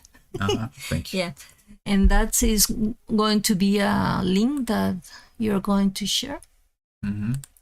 Because, well, according to these two young men, they were making a kind of a study, and they were considering these animals, specifically the animals that were for the sacrifice and offering. And if you relate and if you consider those animals who have divided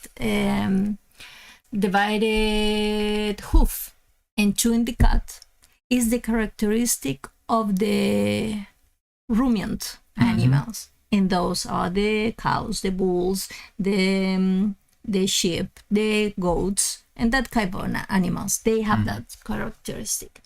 And what they were explaining, it was not only the fact that we know that Father always is worried about our health and everything, and those are clean animals because they don't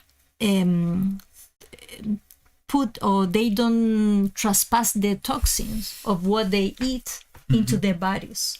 It's sure for us to eat that kind of meat. Why? Because their food is grass, is leaves, is green leaves, and that kind of stuff. And they have a special stomach that is divided in 4 chambers. So in all that process, the grass is being processed and is not bad for us. So, and it is not for us, for the animal, and the toxins that could have been, or the things that our body cannot digest, they are doing it for us. So that is the meat that we are allowed to eat. That's why we cannot eat rabbit, because rabbit, even though they eat grass, they don't have this special stomach. So that is the reason. And about they were maybe doing a comparison about why they divide in hoof.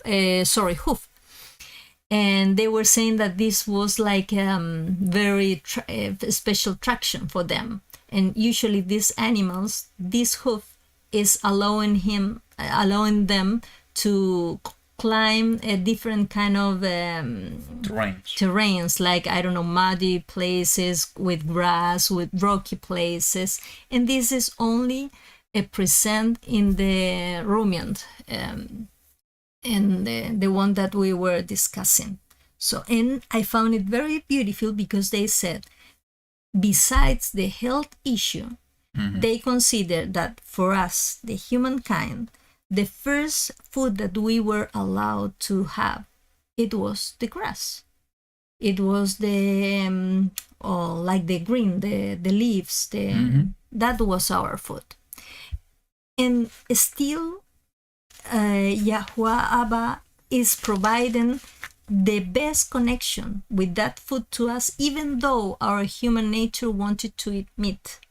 Even though we wanted to eat meat, he allows us to eat the meat of those kind of animals that are eating grass. And why? They said because usually when man was the one who was to take care about their food, they were planting, they were doing the plow, putting the seed, and doing all the process. During all that process, they can become more close to YaHuWaH. They could connect with the love that he has for us. They could see that everything depends on YaHuWaH and not in us. It's not our effort, it's the effort of YaHuWaH that is providing and that is doing everything perfect, working in the nature for us. And that is why he's giving this kind of animal to us. It's different if we're going to, and it's because there is no blood in the diet of those animals. They are not eating some other animals, so there is no blood involved. So that also interests you because we cannot eat blood. So that's it. Interesting. Yeah. I think. Even science is confirming why we need to eat like this. So it says, this you do eat of all that are in the waters, any one that has fins and scales in the waters, in the seas or in the rivers, that you do eat. But all that have no fins and scales in the seas and in the rivers, all that move in the waters, or any living being which in the waters, they are an abomination to you. They are an abomination to you. Of their flesh you do not eat, and their carcasses you abominate. The word abomination is not used in too many places or for too many things. So the only fact that YaHuWaH is describing this as an abomination is because it's something really important to him, and is connected to entering into the kingdom. So and I will explain why I meant with that in a minute.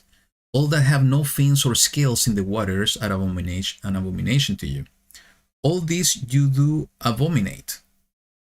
Among the birds, they are not eaten. They are an abomination. The eagle, the vulture, and the black vulture, and the hawk, and the falcon after its kind, every raven after its kind, and the ostrich, and the nighthawk, and the seagull, and the hawk after its kind, and the little owl, and the fisher owl, and the great owl, and the white owl, and the pelican, and the carrion vulture, and the stork, and the heron after its kind, and the hoopoe, and the bat, all flying insects that creep on all fours. And actually, it's interesting because all those are the eating animals, most of them. Yeah. Okay, and this is totally aligned to what you were sharing regarding the ruminants. All flying insects, and this is interesting because we know the agenda of today that they are pushing to eat insects. Yeah. And we don't know that even in some products that we are buying in the supermarkets that are being produced with they already have already having the products with bugs. So, but we have a clear instruction from Abba what we can eat and what we cannot eat. So it's just a matter to follow the instruction. All flying insects that creep on all fours is an abomination to you. Only this you do eat, of every flying insect that creeps on all fours, those which have joined legs above their feet, with which to live on the earth. These of them you do eat, the Arve locust after its kind, and the solemn locust after its kind, and the Hargol locust after its kind, and the Hagab locust after its kind. But all other flying insects which have 4 feet are an abomination to you. And those insects are the ones that are feeding from the grass, from the grains and that kind of stuff. Exactly. So don't follow the current agenda. Don't eat bugs. Yeah. We have a clear instruction what we can eat and what we should not eat. And why this is important? Because this is one of the entry passes for the kingdom. Why I'm saying this? Let's read about it. And by this you are made unclean. Anyone touching the carcass of any of them is unclean until evening. And anyone picking up part of the carcass of any of them has to wash his garments, and should be unclean until evening. Every beast that has a split hoof, not completely divided, or does not chew the cud, is unclean to you. Anyone who touches their carcass is unclean. And whatever goes on its paws, among all the creatures that go for all fours, those are unclean to you. Anyone who touches their carcass is unclean until evening. And he who picks up their carcass has to wash his garments, and shall be unclean until evening. They are unclean to you. And these are unclean to you among the creeping creatures that creep on the earth, the mole, and the mouse, and the tortoise, after its kind, and the gecko, and the land crocodile, and the sand reptile, and the sand lizard, and the chameleon. These are unclean to you among all that creep. Anyone who touches them when they are dead becomes unclean until evening. When they are dead. When they are dead, yes. And whatever any of them in its dead state falls upon becomes unclean, whether it is any gooden object or garment, or skin or sack, any object in which work is done. It is put in water, purification through water. And it shall be unclean until evening, and it shall be clean. Any earthen vessel into which any of them falls, whatever is in it becomes unclean, and you break it. Any of the food which might be eaten, on which water comes, becomes unclean, and any drink which might be drunk from it becomes unclean. And on whatever any of their carcass falls becomes unclean, and on an oven or cooking range it is broken down, they are unclean and are unclean to you. But a fountain or a well, a collection of water, is clean, but whatever touches their carcass is unclean. And this is important because of the baptism. You know, it's living waters. Yeah, and it's really funny because it says a fountain or a well. You know that sometimes, without we even know about that, there are some frogs living inside of wells, and usually they purify the water. They said, according to the study, that they purify the water. Yeah. But they are, of course, we cannot eat them, but they are there for that purpose. And it says that if they're in the well, it's different if there is a carcass. But if they're living, but that's the purpose of those animals. You know, what Allah has created, it has a perfect rhythm. Yeah. And everything that is in creation has a purpose. Yeah. The points that we cannot go is the same thing that we were discussing about the Nahab and Abihu. They were trying to do something that was against the will of YaHuWaH and destruction of YaHuWaH. And something bad happened. If we go against the instruction of YaHuWaH and what we have to eat, they have created certain things for certain purposes. And they are going to be purifying, maybe. Yes, maybe they are purifying the creation. They are doing other stuff in order to keep the harmony on how everything works. So if we go against that, we are going to destroy the harmony on creation, of what Abba has done. So let's continue. And it says, and when any of their carcass falls on any planting seed which is to be sown, it is clean. But when any water is put on the seed, and any part of any such carcass falls on it, it is unclean to you. And when any of the beasts which are yours for food dies, he who touches its carcass becomes unclean until evening. And he who eats of its carcass has to wash his garments, and shall be unclean until evening. And he who picks up its carcass has to wash his garments, and shall be unclean until evening. And every swarming creature, the one that swarms on the earth, is an abomination, is not eaten. Whatever crawls on its stomach, and whatever goes on all fours, and whatever has many feet among all swarming creatures, the ones swarming on the earth, this you do not eat, for they are an abomination. So this is exactly what they are pushing today. Yeah, and that is so proven. I don't know how to say it, because I have seen a lot of videos in the past, and it was very common among the youth, and they were doing this kind of I don't know how to say it, but it was a competition or something, desafíos. I don't know how to call it. Challenge. And they were challenging one another to eat un caracol, snails or things like that. And a lot of those young boys or girls, they ended with paralysis or very serious diseases, and some of them even died. So there is a reason. We have to, and I think that is so important that as parents and everything, there is a mission about how to teach the children that maybe today technology and all this kind of platform, they're promoting a lot of stuff that is endangering their life. So they have to be wise. The first look or the first place where to look about what they can do, what not do, is to check with their parents. The parents never are going to they're never going to be, no, they're never going, they're never going to cause any harm to them. So they have to avoid that kind of material or platform. I just remember about that. Yep.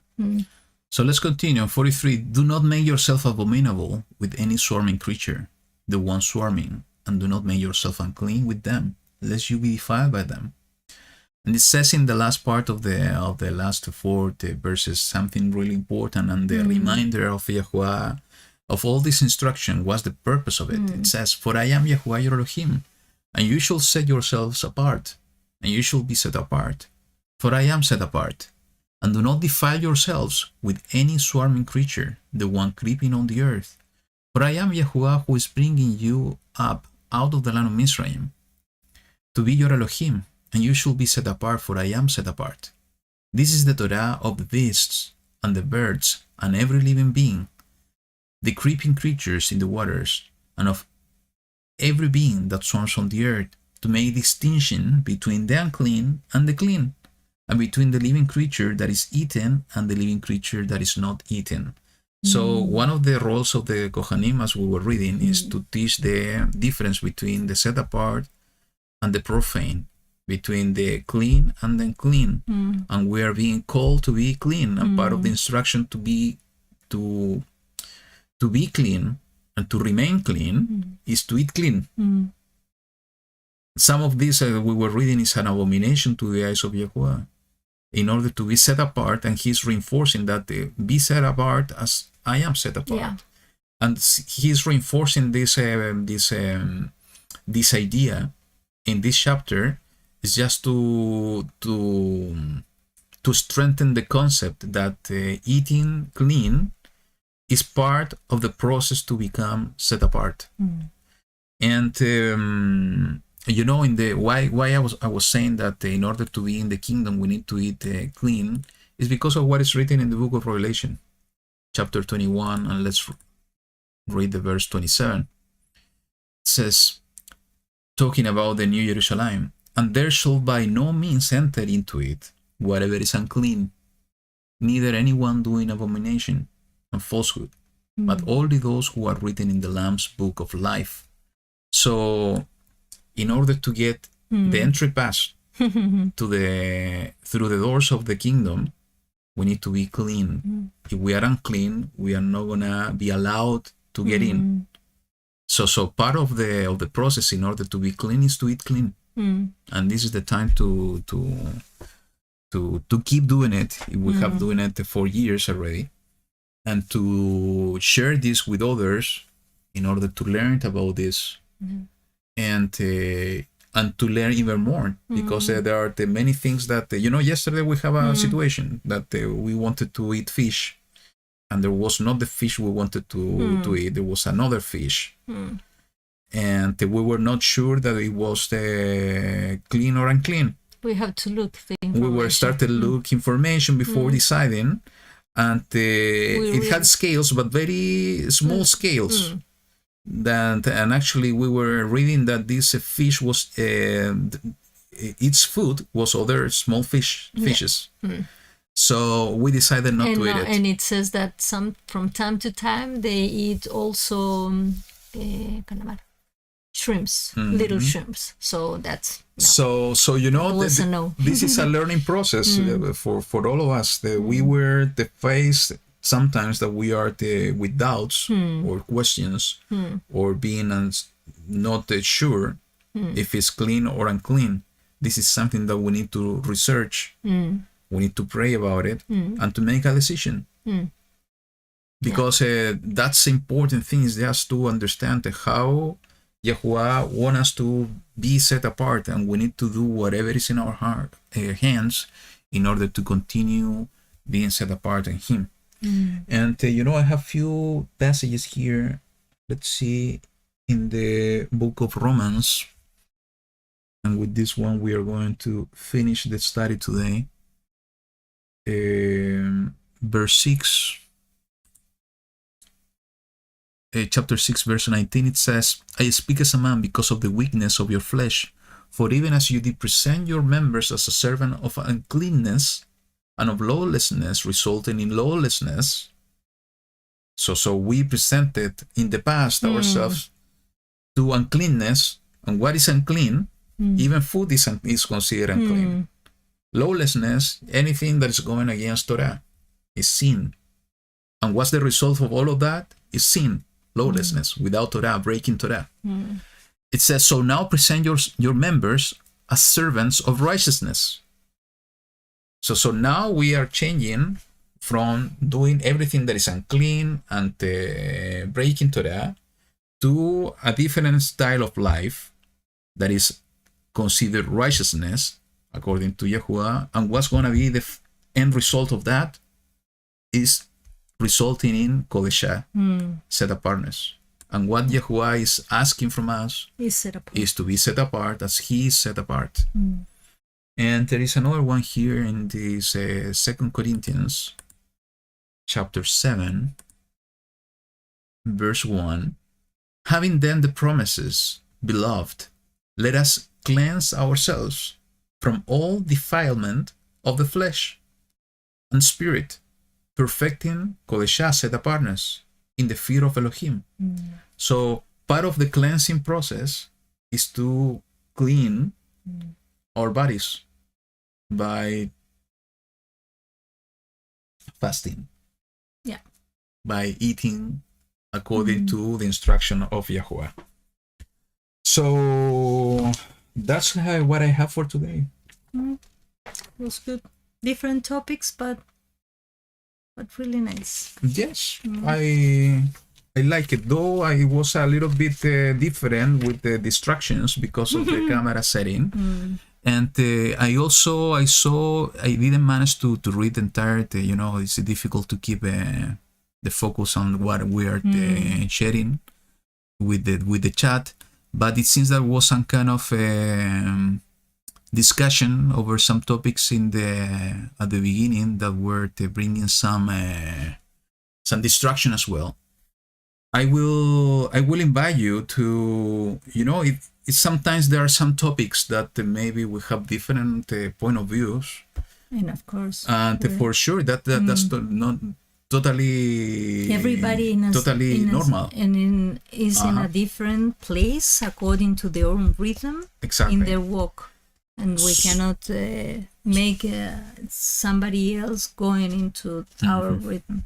So my invitation is that if you sometimes are feeling that there's something that we are sharing that is not aligned to your understanding, share with us. Send me an email. The email is quite easy. You know it. I will write it down once again.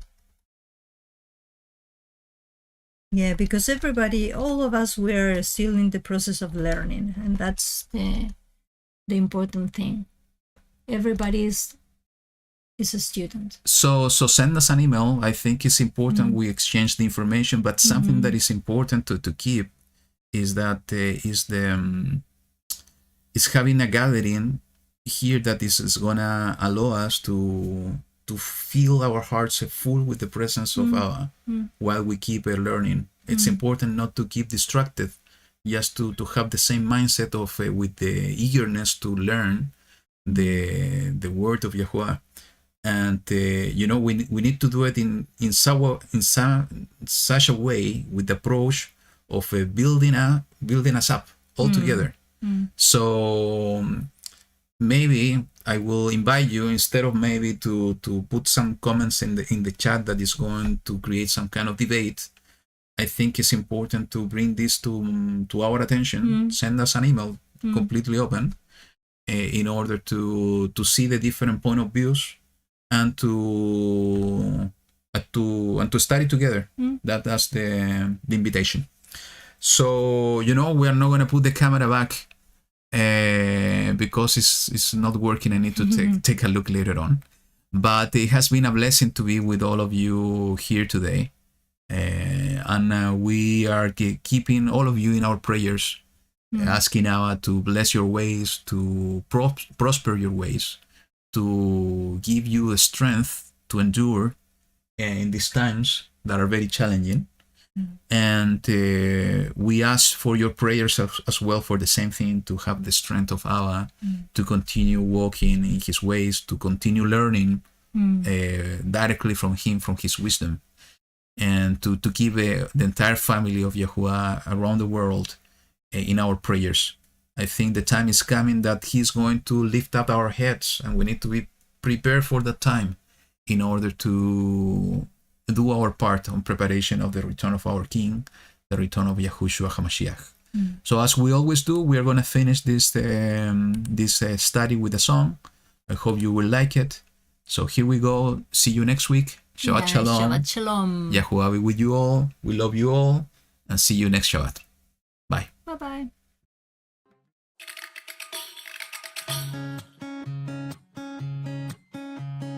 הללו אל בקודשו, הללו ברכי עוזו, הללו בגבורותיו, הללו, הללויה.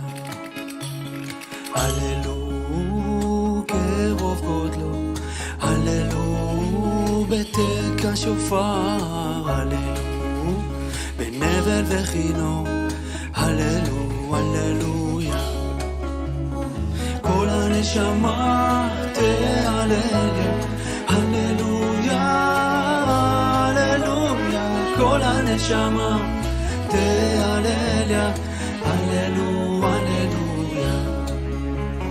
הללו בתוף ומחול, הללו במיני ועוגה, הללו בצלצלי שמה, הללו בצלצלי תרועה. כל הנשמה תהלל, הללויה, הללויה. כל הנשמה תהלל, הללו, הללויה. הנשמה תהלל, הללויה, neshama Hallelujah, Hallelujah, Hallelujah.